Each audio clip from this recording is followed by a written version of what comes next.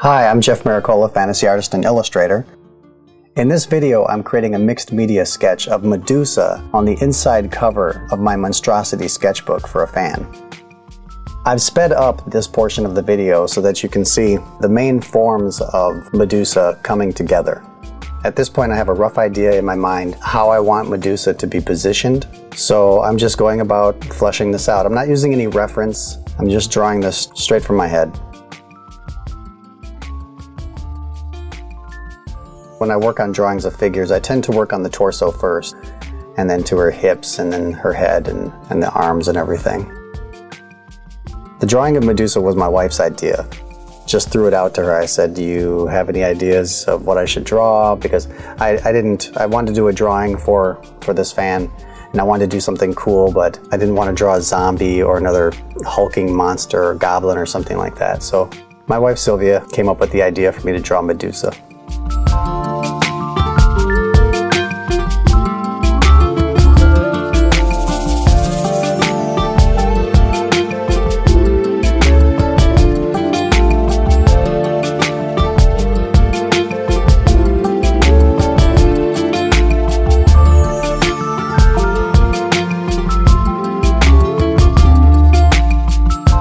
And just like in previous sketches that you might have seen in some of my other videos, once I get the major shapes down, then I go back in and start refining it, working on some of the details.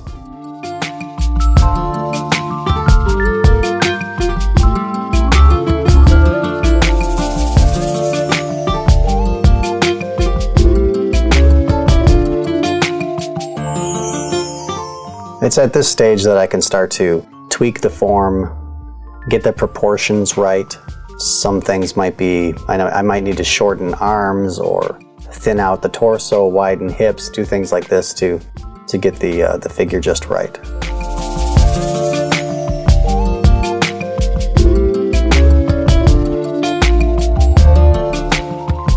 At this point in the drawing, I didn't have any idea exactly where it was headed. I wanted to draw Medusa's hands, I didn't have any real big plan here. That's not always a good idea. I could have done a small thumbnail sketch of this early to figure out some things, but again, this is a sketch, something that's done quickly in a sketchbook for someone. This is me figuring out exactly what I want to do. As you'll see in a little bit, I've changed her hands a number of times.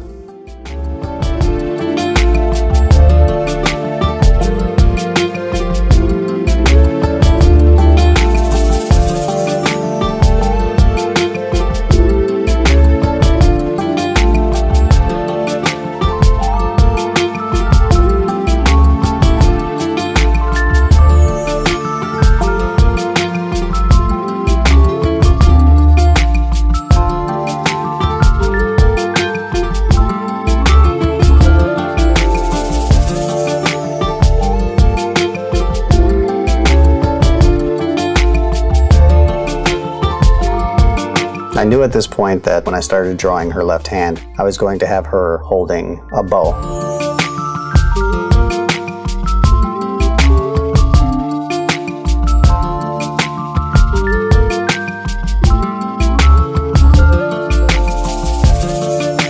It wasn't until I put the bow in that I decided her right hand should be holding an arrow. That's when I went about erasing part of the fingers that I had already drawn and going to draw them in a little differently.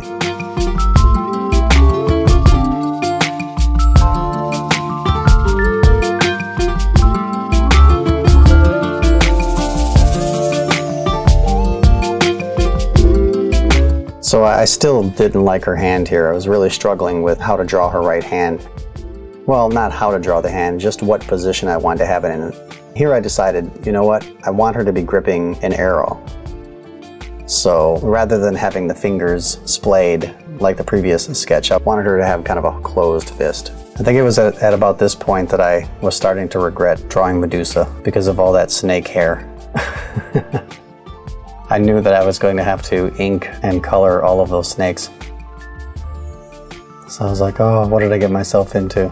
Well, what did my wife get me into?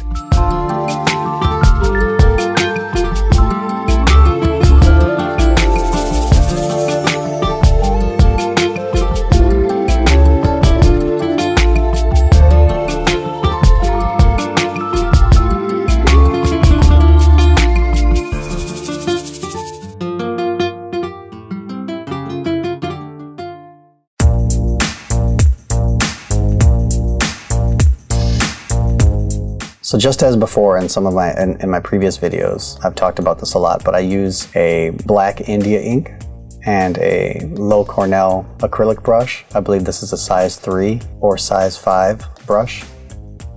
The surface that I'm drawing on is a chipboard or cardboard surface. It's not the best surface to draw on, but it's an interesting surface to draw on.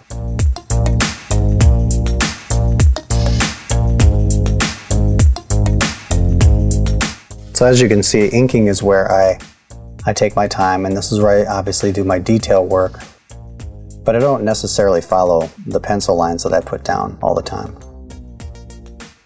Pencil lines are a guide, of course, but I am making up a few things here and there when I do the inking.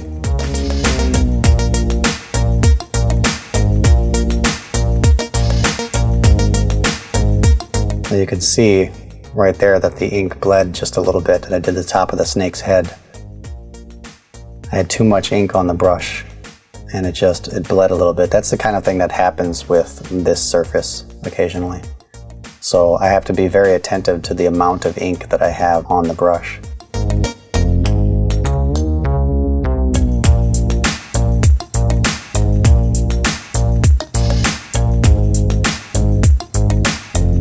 I absolutely love inking with a brush rather than a pen because I really enjoy the varied line weight and the different pressure sensitivity that I can get with a brush that I can't get with a pen.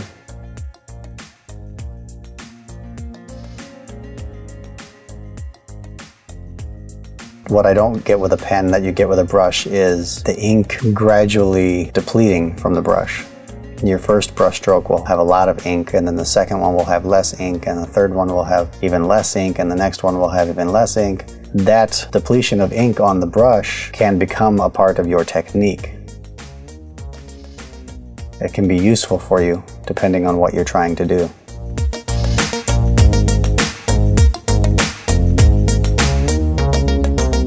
I'm taking my time with the ink strokes. They're thoughtful. I can't really make any mistakes here because on chipboard I don't get a chance to fix those mistakes. If I were inking on white paper and I made a mistake, then I could correct that by painting over the lines with white paint or with whiteout. But I don't get a chance to correct my mistakes on chipboard. I only get one chance at the line work.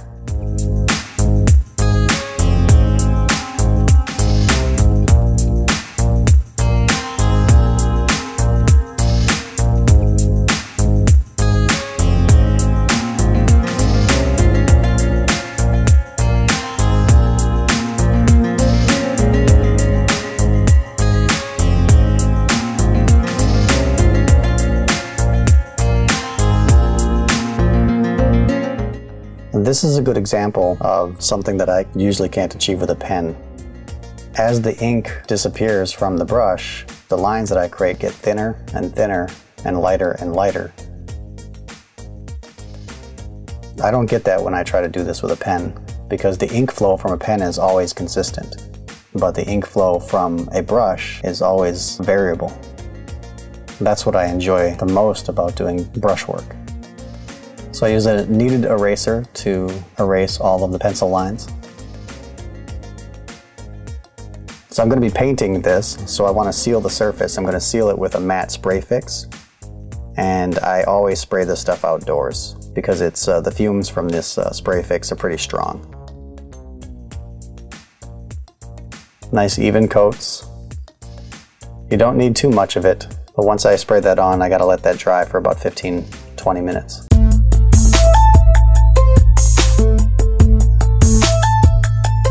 But I'm using golden acrylic paints and a little bit of water. And I start by just blocking in a few of the shadow areas.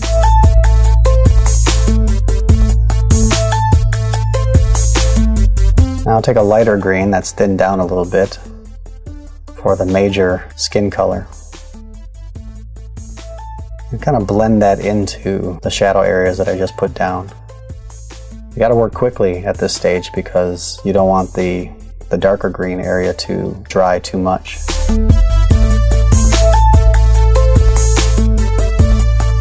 I'm just taking a little bit of medium green and blending that major skin color into the shadows.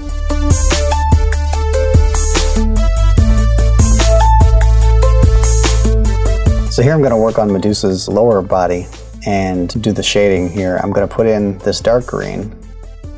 My paint brush is loaded up with this dark green paint. Now I'm rinsing it to remove some of it, and going back again. It appears to be a lighter green. It's just less paint. And then I'll do it again. I didn't grab a lighter green. It's the same green, it's just less paint on the brush. It's more diluted with water.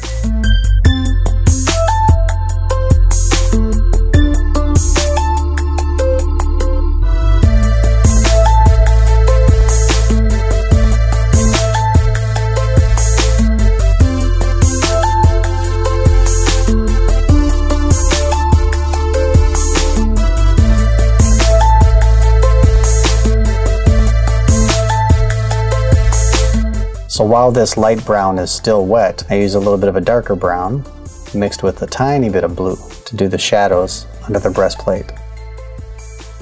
Then I just rinse it, so my brush has just water on it at this point, and I blend that dark brown with that light brown.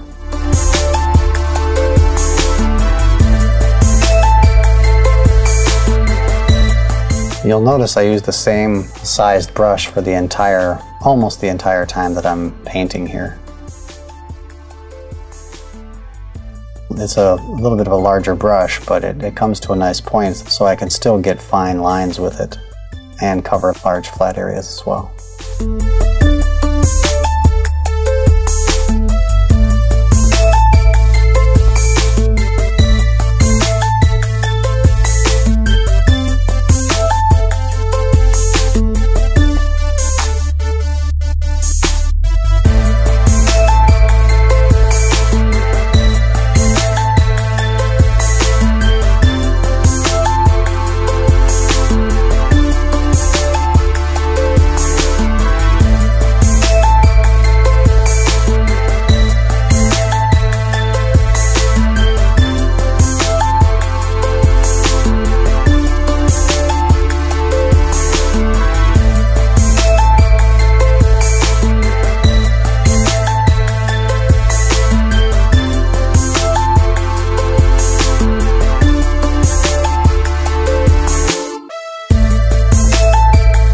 I know that I'm going to work back over this with yellow. So I'm leaving little areas visible, little breaks in the red, little interesting shapes here and there, just to add some interest and variation.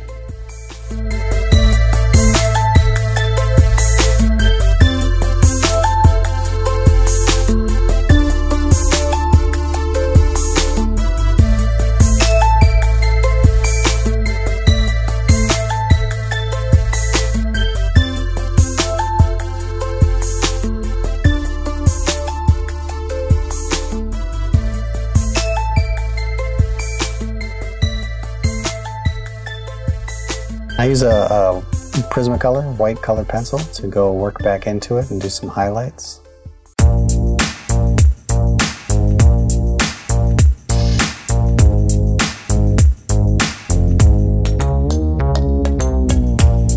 And sometimes I get so much into my drawing that I don't see what I'm doing, and I put my elbow right in my palette. Because I'm just stupid like that.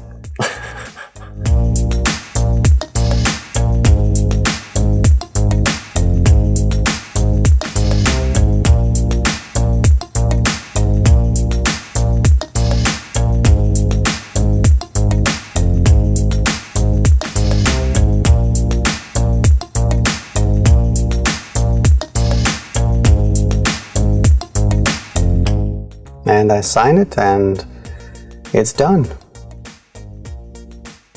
Thanks for watching this video. I hope you enjoyed it. I hope you learned something. I have other videos on my YouTube channel. I welcome you to please subscribe. Leave comments, questions. I always try my best to answer people's questions. Thanks again for watching this video. I hope you enjoyed it. Bye.